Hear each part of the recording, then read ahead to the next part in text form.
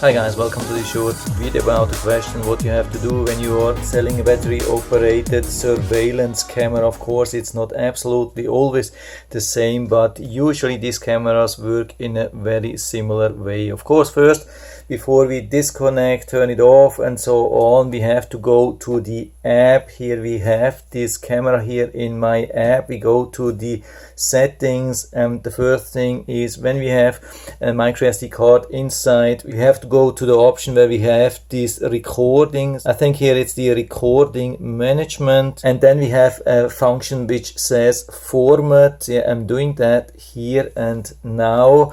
And after that, of course, we have to make sure that we are not recording ourselves anymore. Usually it takes just a couple of seconds, maybe maximum 1 minute. So usually that's not such a big deal. But it's very important to do this because there could be some unencrypted footage on there. Usually it's not the case.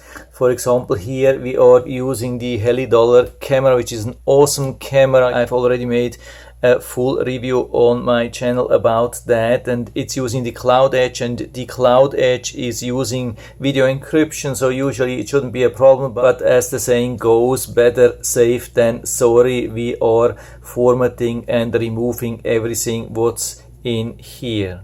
I mean, about 50% of these cameras come with the microSD card included, 50% come without. If it's your card, then just open this slot here, remove the card, and then you don't have to format it here.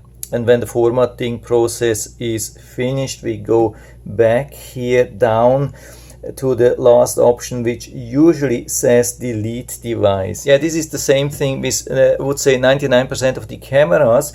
So there's no reset actually. I mean, there's a reset button here which you can use after that to make sure that we have also reset the camera. But with 99% of all the cameras, or at least actually all of the cameras which I've seen so far, when we hit the delete button here in the app, it will also invoke a reset on the camera. Maybe we can see that here. I click on delete, and probably you will hear then a sound from the camera that it has been resetting and rebooting. Yeah, and of course, yeah, now we heard this indicator sound, which means that it has been reset and rebooted. But if you're not 100% sure what has happened, we have also usually this reset button which we can press here, and then it will make definitely a reset. Yeah, we heard that too.